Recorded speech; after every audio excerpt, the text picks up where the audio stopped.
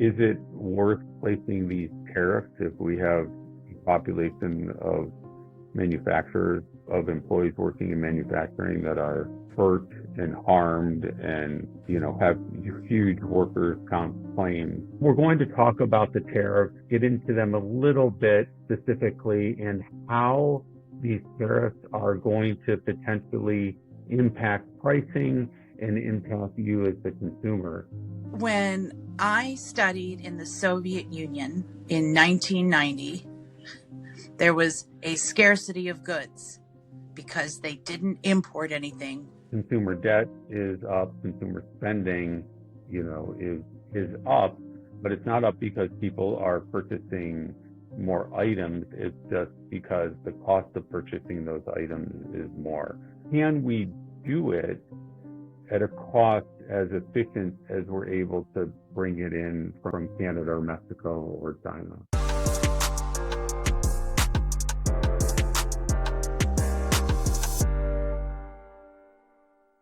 Hi, this is attorney Jamie Miller, and welcome to another edition of the Miller Law Chronicles podcast. Excited to bring to you some information about kind of all the crazy things that are going on in the world. President Trump's tariffs are going to be a topic of conversation today. We're going to talk about the tariffs, get into them a little bit specifically, and how these tariffs are going to potentially impact pricing and impact you as the consumer.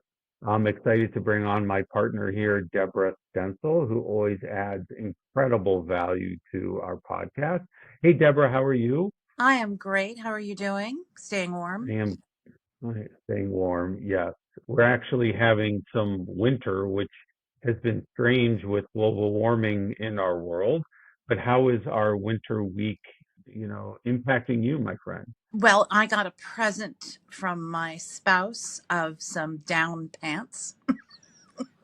Okay, Some very nice. nice fluffy down pants, and those have improved my life. It was 4 degrees this morning when I left the house. 4 degrees and 5:30 in the morning to come to my parents' house, and my down pants made me very happy. That did I know like a couple days ago we got 6 or 8 inches of snow here in Milwaukee, and it shut down the world. Tell me, does that seem odd to you? Or, you were talking earlier offline about how the courthouse, was closed even before, the snow started to hit the ground. What's going on in our world? It's a little bonkers. I spent most of my youth in North Carolina, so the threat of snow would shut down everything because the city that I lived in did not own snow plows or salt distributors. But here in the last 12, 13 years that I've lived in Milwaukee, never seen anything be shut down before the snow started falling. And my father sort of lives in the living room and looks out the window, and he said it's like everybody forgot how to drive. He's been watching people turn the corner all day and slide. And I guess global warming has spoiled Milwaukeeans into not knowing how to deal with snow. That's my conclusion today. Yeah, it's that, but I think it's more than the global warming. I think we've been, just become more sensitive to the weather because so much social media, so much TV coverage, wall to wall coverage. And, yeah, I think you're right, actually, when I think about it, it probably is, global warming because we've become so accustomed to this crazy weather pattern that Right. whenever we get, a snow or something like that, we think it's the end of the world. And, you know, like on, I think it was Wednesday morning, they closed schools, even though the storm wasn't going to hit till noon.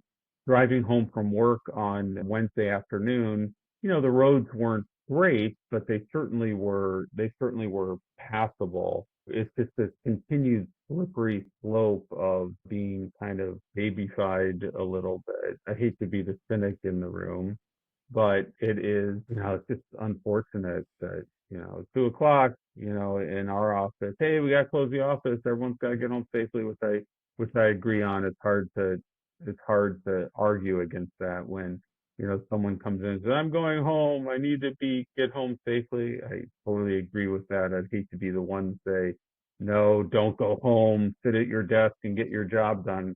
Our goal is to get everyone home safely. Right. At the same time, leave at 5:30. It's going to take you a little bit longer. Be safe, but it is just another thing in our changing world that we have to deal with. I started laughing in the middle of that because I realized that we sounded like a couple of the old Muppets. Yes, Back in my day, exactly. we dealt with the snow. I mean, it's a good thing that people are taking care of each other and trying to stay off the roads. That's probably a good thing. But Yeah, and I think the other thing is the work from home capability, yeah, for people to do it at home. But that doesn't cover everything. I mean, on my way home at 5 o'clock that day, I needed a haircut, as you can see. sure, sure. And, you know, Great Clips was closed. All of the Great Clips Ooh. were closed because, you can sign in on your app, and I saw they were closed, but Sport Clips wasn't. So I ended up going to Sport Clips and getting my hair cut, which, by the way, I wanted to wish you a happy Valentine's Day. Oh, happy Valentine's Day. I hope you do something special. Yes, I have comedy sports tonight, which I Oh, you do? love more than anything. That'll be fun. That'll Hmm. be fun. Hopefully, your whole team shows up and that the snow that's expected this evening doesn't result in people choosing not to come. Right. I'd be willing to bet that all of your comedy sports actors will show up tonight Mm-hmm. because they enjoy doing it. Mm-hmm. But I bet you there are some of those comedy sports actors, if they had to go to work that they don't enjoy their day jobs, they probably wouldn't go. I, I'd be willing to bet that as well. Not to Yeah. cast aspersions on my friends, but Right, I've seen people miss work because they hurt or have a cold and suddenly can play at night. right. Right, exactly, exactly. Well, let's get started. I want to talk about something that's on everybody's mind and just kind of touch base on all this stuff that we're hearing in the news about tariffs and what tariffs are and Trump's executive orders and how potentially that's going to impact pricing. But the Trump administration has come out and has threatened Mexico and Canada and the rest of the world, China, with tariffs. And I wanted to talk a little bit about what those tariffs are. And people can think of tariffs as a tax. It's like if China or if, Mexico or Canada wants to ship items into the US, our government is going to say, we'll accept those items, but we're going to charge an additional 10% or 25% on those items coming into our country. So, for instance, Trump has an order out there that says if Canada wants to bring in steel to the US, there's going to be a tariff of 25% on those items or 10% on aluminum. And so those are it's a concern because anytime when you're charging more for something, it potentially is going to have an impact on consumer pricing. What are you hearing out there on the streets about people's concerns about tariffs? And are they really understanding what the potential impact of that could be? I think that tariffs are so far removed from our daily lives that most people don't know how to respond. I don't know how to respond, really. It's if I what do I buy that comes from out of the United States? Avocados. My car was built in Tennessee, but it's a Subaru. Would my car, when I want to replace my car in 2 years, is it going to cost a bunch more? I'm not sure. You know, Tariffs make sense if we have a thriving industry that competes with that, right? So the stickers I bought from Timu, that were $1 that are $4 in a store. If there's a tariff on that, am I really hurt? I don't know.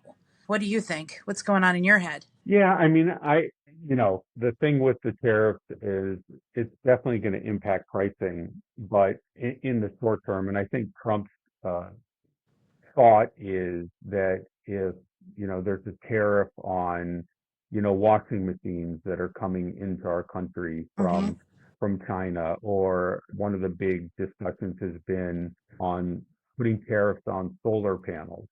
Oh, So of course the impact on that is going to have, an immediate impact on pricing because, if the tariff increases the cost to the manufacturer here locally, it's going to pass on to the consumer. right. But I think the thought is that we as Americans will be able to compete with that and create jobs, in manufacturing to manufacture our own steel products, our own aluminum products, our own washing machines, our own solar panels.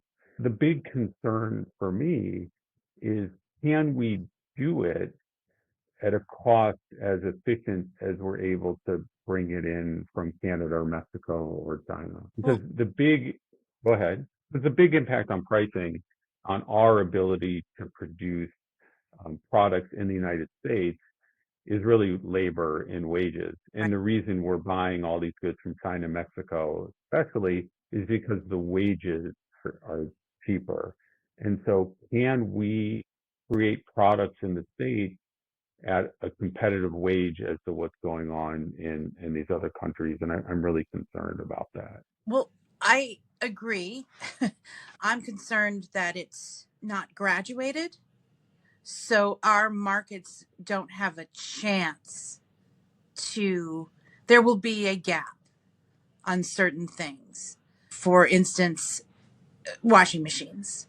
I'm certain we have some washing machine construction facilities in the United States. I don't know, but I'm there's got to be, right? And so they're nice, expensive washing machines, and we as consumers want something good but not too expensive. And they're coming from so if they stick a 25% tariff on those, and they land in the stores higher price and they match the price of our washing machines, we might choose ours. But then there are people who can't afford a washing machine, and to fill that gap you need more factories here to produce them cheaper, and we aren't ready.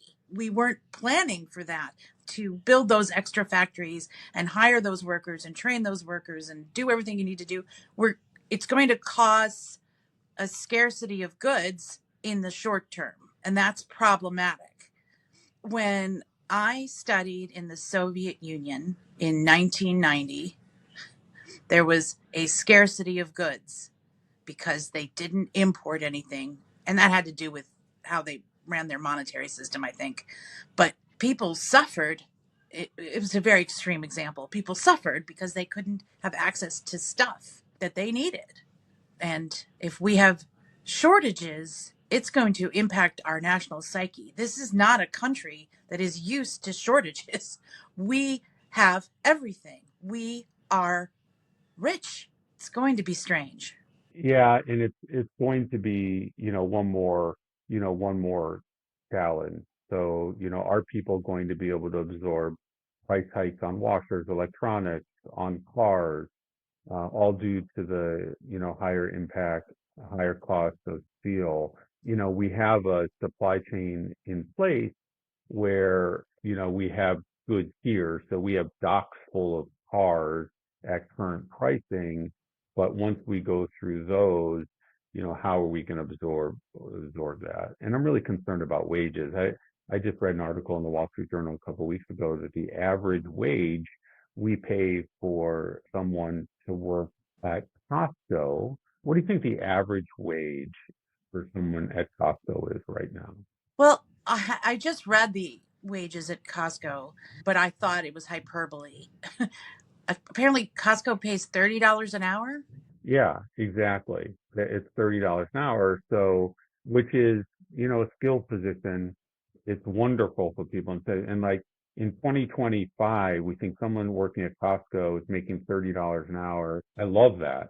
I mean, that appears to be a living wage, but the sad reality of it is that $30 an hour with the way prices are hiked and eggs are so expensive and vehicles are so expensive. I just don't know how people are going to do it. And then if we start having union manufacturing jobs at 80 and $90 an hour, can we really produce goods in our country at an amount that people can afford? Well, isn't that why they're trying to roll back safety regulations to make up for some of those costs?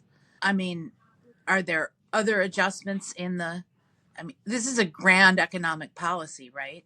This has been thought out and planned for years, if you believe what you read. And so taking away workplace safeties makes producing things cheaper, even if people get hurt. And is that part of it? I hope not. So, you know, is it worth placing these tariffs if we have a population of manufacturers, of employees working in manufacturing that are hurt and harmed and, have huge workers' comp claims? That cost is going to impact us also, sadly, very sadly. God, that's such a dark thought. I'm sorry.